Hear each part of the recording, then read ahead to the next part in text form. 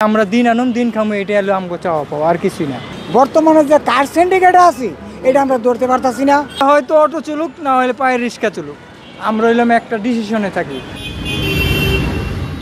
পবিত্র ঈদুল আজহার ছুটিতে রাজধানী ছেড়েছে বেশিরভাগ মানুষ, ফলে ঢাকা শহর একেবারে ফাঁকা রয়েছে। যান্ত্রিক নগরে মানুষ একটু স্বস্তি নেওয়ার জন্য রিকশায় বিভিন্ন স্থানে ঈদের সময়ে ঘুরে বেড়ান। তবে এবার ঈদ পরবর্তী সময়ে ঢাকার সড়কে নেই তেমন মানুষের আনাগোনা। বেশিরভাগ সড়ক ফাঁকা থাকায় যাত্রী পাচ্ছে না রিকশা ও বাস চালকরা। সড়কে কিছু মানুষ থাকলেও বেশি ভাড়া দিয়ে রিকশায় চলাচল করছে না, তাই কাঙ্ক্ষিত যাত্রী না পাওয়ায় কষ্টে জীবনযাপন করতে হচ্ছে রিকশা চালকদের।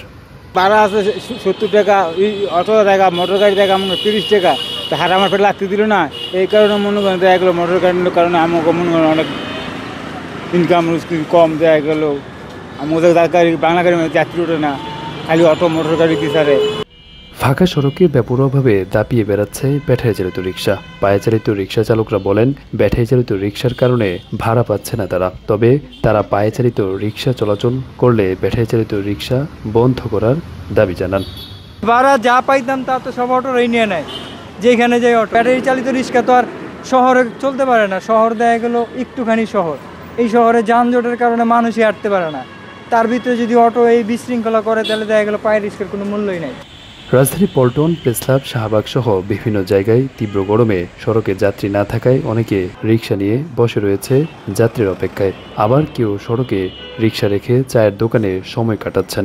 বেশিরভাগ রিকশা চালক বেশি আয়ের আশায় ঢাকায় ঈদ করেছেন। তবে ঈদে ঢাকায় মানুষের সংখ্যা কম থাকায় তেমন আয় হয়নি বলে জানান অনেকে। রবিবার থেকে লোকজন আগে পড়লে আস্তে আস্তে আস্তে আস্তে ইনকাম বাড়বে। এখন ইনকাম একবারে কম আর কি।